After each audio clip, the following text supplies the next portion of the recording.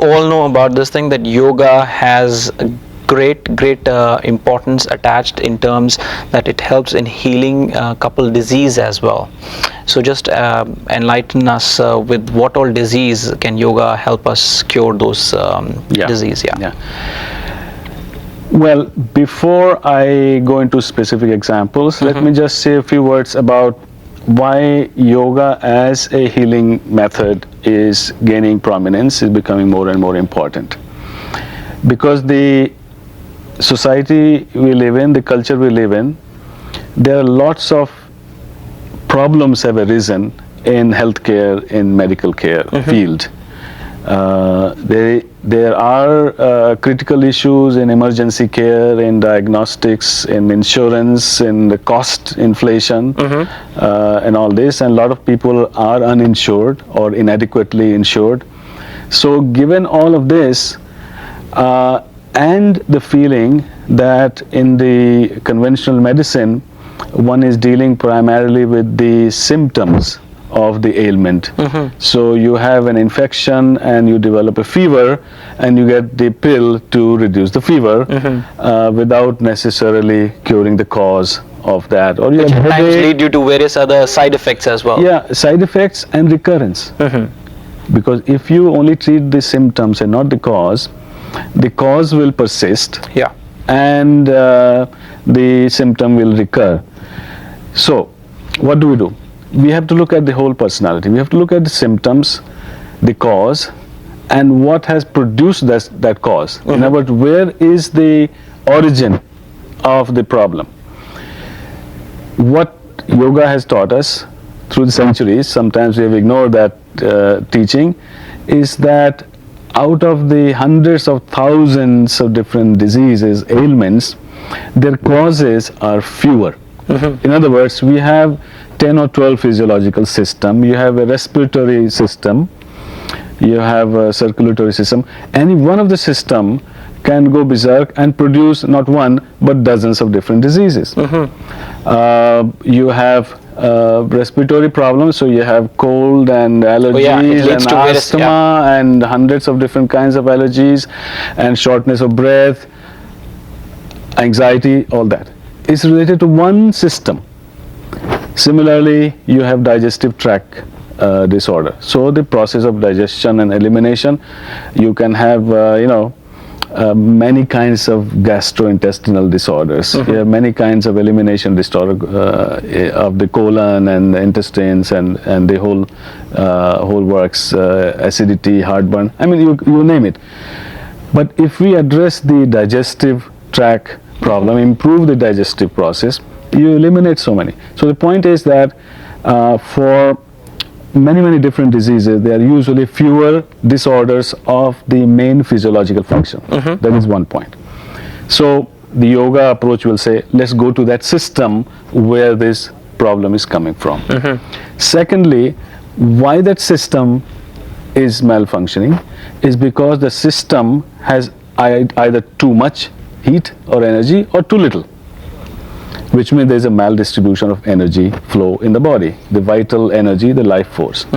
So we look at how the person is breathing, how the energy produced through the breath is through blood. But how do you how do you check all these things without the scientific gadgets around you? I mean, you don't need any gadgets. You say you have a respiratory problem, there is something to do with the breathing and how the gases are exchanged in the system and how the oxygen travels to the different parts of the body. It's very simple.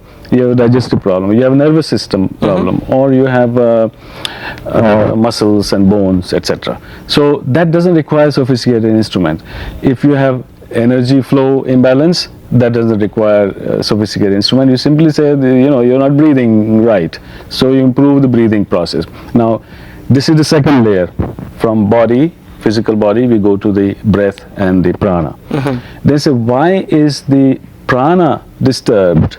Prana disturbance or energy disturbance originates in the mind. So step by step we go to the core. What disturbs the mind? A disturbed mind is the primary cause of all diseases. If we can remove those disturbances, make you relax, be at peace, at rest.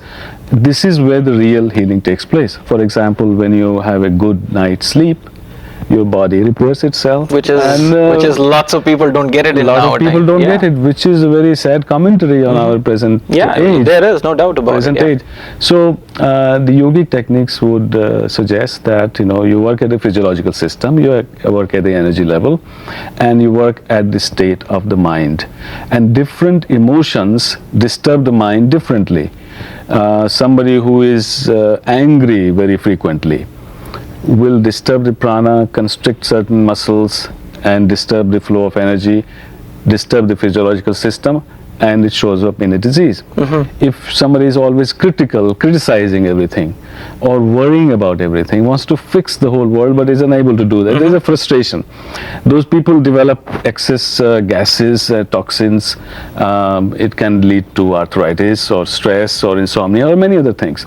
So we say, try to minimize, remove negative emotions, and this is where the heart of yoga healing is. Now those sometimes cannot be minimized because your lifestyle, your eating habits, your nutrition, your company, environment, everything is kind of not harmonious. So we look at the holistic approach. Improve your environment, improve your diet, nutrition, improve your company, improve your thoughts, and sleep well, relax. And that's the answer. If that is not happening, we try to figure out where is the disturbance, go to the cause, and see what kind of yoga practices will help remove those causes and repair the system. But another thing to keep in mind is that yoga does not try to remove causes and improve only one system. Because even if your muscular system is working well and you got problem in bone joints, that's not going to help you for a very long time. Right. So while it is improving one system, we also try to improve all the other to complement this. Now there are certain diseases that, you get them into your body by the behavior, the normal day-to-day life you deal with. But there are certain things which come hereditary, like diabetes is one of those, and a couple of the diseases are like that. Yoga helps a lot to cure those diseases as well. Yeah. So tell us about that. Well, my own experience and my own understanding is that genetic factors are one factor. It's like the seed. Now, if you do not provide the fertilizer and water and sunshine to that seed, it will not sprout and grow into the tree. Right. So even if you are genetically prone to a condition, you do not add complementary factors to make that seed into the tree. So this is the approach. It's seed, let it remain seed, do other things to counterbalance it. Dhananjaya, I see that you have got some pictures for us over here in our studios which show some asanas, that how these disease can be cured. So why don't you tell us with those pictures? Because I can show you some examples. Of course, some of these may not be that easy to do for a beginner student. We need a little bit of instruction and help from teachers. This is a posture called shoulder stand or Sarvangasana, where you are upside down, resting on your arms, shoulder, and back of the head. What this does is, as you can see, the pressure, the downward pressure of gravity is reversed, and the base of the throat is tightly squeezed. That's where the thyroid glands that control the metabolism in the body. So thyroidism, hypothyroidism, it helps to reduce weight. It gives increased supply of blood to the brain, so that improves the functioning. And by reducing the pressure on the veins in the legs, etc., it's also helpful for varicose veins, and the facial skin, the quality of the skin. Of course, there are contraindications. Someone with hypertension, high blood pressure should avoid this kind of inverted So poses. the time that you're telling me about these asanas, I also want to say that, as they say it in United States, that anything that you do, you should check with your physician first. So yoga is something, a treatment, a healer in itself. So do you think for any of these exercises one should consult a physician as well? As a precautionary step, I do suggest to everybody who is interested in not only doing yoga but applying yoga as a therapy to check with a physician if you are capable or not, because I may not know everything about the person walking in. Correct. I have to know the person first. So if I already have some sort of a report or diagnostic, that will be helpful, although it is not absolutely necessary. So as a matter of rule, we do suggest that check with your physician, and or at least let your yoga therapist or instructor know as much as possible what your concerns are, where your weaknesses are, and what your interests are. So not merely look at a book and begin doing it yourself. No. That is why the video programs that we have produced are so comprehensive and detailed that it gives all the contraindications, it gives very detailed instructions, and it advises individuals to start very slowly from very simple practices that you can do without any problem, and as your body changes, as you become more comfortable, then to take on a bit more challenging practice. So you must always move gradually in steps. Never take on something that you hurt yourself or that makes your condition worse. Let's look at the next asana. Now, complementary to the shoulder stand is this posture called Matsyasana, the fish pose. As you can see, in comparison, here the throat is squeezed, here it is stretched. So this posture has to be always done right after this one, and you can also see that the chest and shoulders are fully open and moved back. The shoulder blades are squeezed. It improves your posture and increases the efficiency of your breathing, because your lungs are fully expanded and it's moving backward. So it counterbalances the first asana. And these two together can help with all the different ailments that I have mentioned. I can show you another one. This is called the tree pose or Vrikshasana. It is essentially a balancing posture, and all balancing postures have one very interesting benefit, that they help to calm the mind and make it able to concentrate better, because for all balancing it's a training and practice in mental focus. The moment a thought enters the mind, the moment your mind gets distracted, you lose the balance. So if you can practice any balancing poses for 10 seconds, 30 seconds, 1 minute, over time you would definitely strengthen and focus your mind better. And you can ask me, is focus mind better, more helpful? Definitely. Whatever you do, you do with concentration, and the output, the quality of output is tremendously enhanced. Dhananjaya, as we were looking these pictures and these asanas that you were mentioning and explaining us, the other thing that I wanted to ask you is, has yoga shown treatments of any specific disease that has been very helpful to human? Because that's a very important point, and I would like to emphasize to your viewers as well, that over the past 15-20 years, especially in India, Europe, Russia and US, there have been a large number of scientific medical studies to see the effect of yoga practice on specific ailments, and many of them are available in published form. And what has been found, that yoga is particularly, of course some studies have not been done yet, they are undergoing, that yoga has been particularly helpful and effective in conditions like arthritis, diabetes, stress, insomnia, asthma, allergies, and so on and so forth. And the list goes on. So that means all these are the disease, especially the disease that you mentioned. These are the disease I think every other person has, because these are the more common disease, and yoga has answer for all of them. Right. Which is a great I would thing. like to emphasize another point, is that not only for disease, for prevention, I think yoga is very important and effective for preventing if someone is prone to certain kinds of conditions, or someone interested in preventing and living a healthier and happier life. I think yoga will carry them a long way. Talking about you as a yoga instructor and a person who has been doing great job for yoga in United States, how are you pursuing your yoga teachings in US? Well, I teach several classes for children and adults and people with special needs and conditions. We are opening another studio and a holistic healing center where 20 or more different therapies will be available under one roof.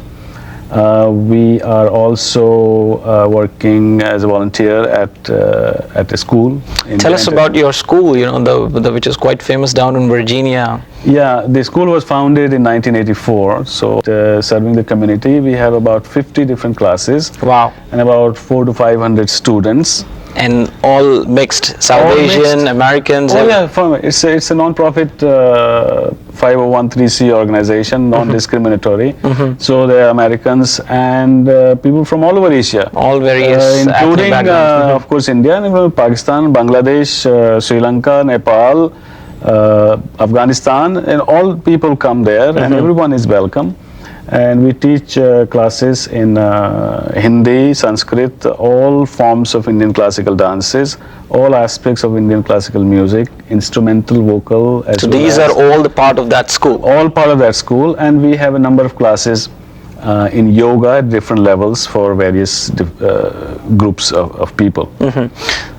You are also working for a very noble cause, for working on peace or something like that. Tell us about that as well. Yeah, after deep reflection and working with other volunteers and civic leaders, what we have found is that violence is something that needs to be addressed at a deeper Absolutely. level. Absolutely. It is not after the fact, after violent tendencies have arisen, and then you try to control it, that has not proven to be effective.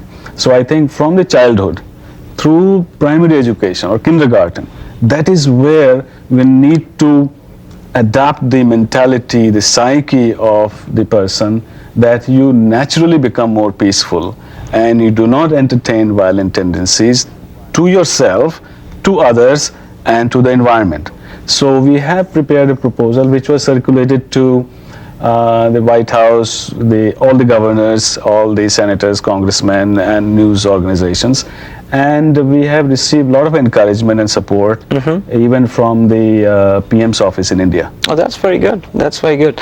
The other thing that I see in the market about Dhananjaya Kumar is too many videos available which talks about the yoga teachings, how to do yoga, and audio cassettes as well, which help you, which tells you about relaxation, meditation, and various things.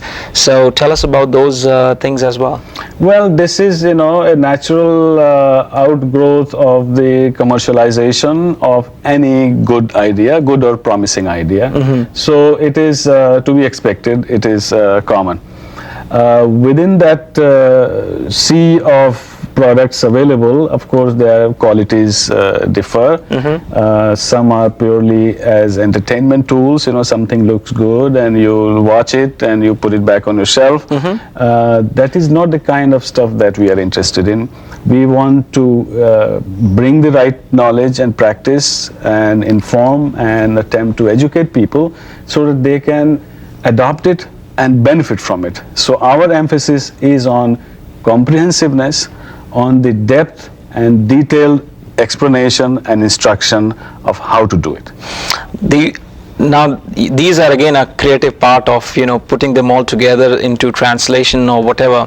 The other great thing that I see about your personality is that you have written books as well, and not only limited to books, some of the books have been adapted for play as well. So tell us about those books and the plays that you have written.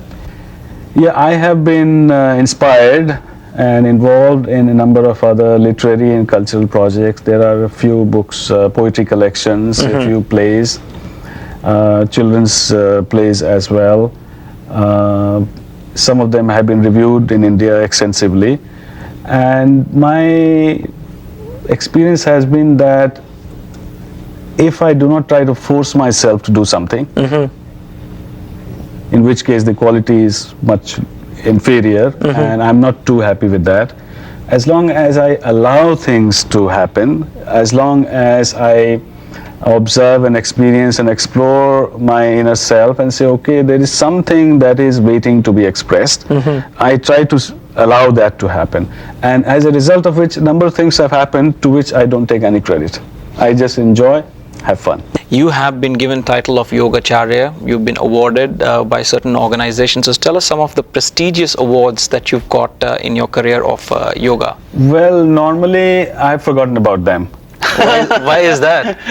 Because it doesn't really interest me to keep track of awards or recognitions, because that is not what keeps me alive. There have been many recognitions which are in service of mankind and to God. So I would tend to forget. Maybe if you want, we can send you some listing of the things over the years, over the last 20-25 years that have happened. But I'm the least interested in recognition. I'm really glad to be here. You have invited me, and I hope that I'm able to share some of my intentions and some of my knowledge and experience. So it's about sharing, it is about giving, not motivated by what I can get out of it, or what's in it for me, or how I can be more recognized and become rich and famous. Dhananjay, ये आपका बड़पन है कि कई पुरस्कार आपको मिले और जिसमें आपको मैं कहूँगा कि बड़ा सम्मान मिला, जिनका आप मैं कहूँगा कि उनको इनका नाम नहीं लेना चाहते हैं या उनका इजहार नहीं करना चाहते हैं. बहरहाल हम इस बात से खुश हैं कि आप मानवता की सेवा कर रहे हैं योगा द्वारा. हमारे से बातचीत करने के लिए आपका बहुत बहुत शुक्रिया, और वर्जीनिया से खास तौर पर हमसे आके बात करने के लिए आपका बहुत बहुत शुक्रिया. Thank you. धन्यवाद.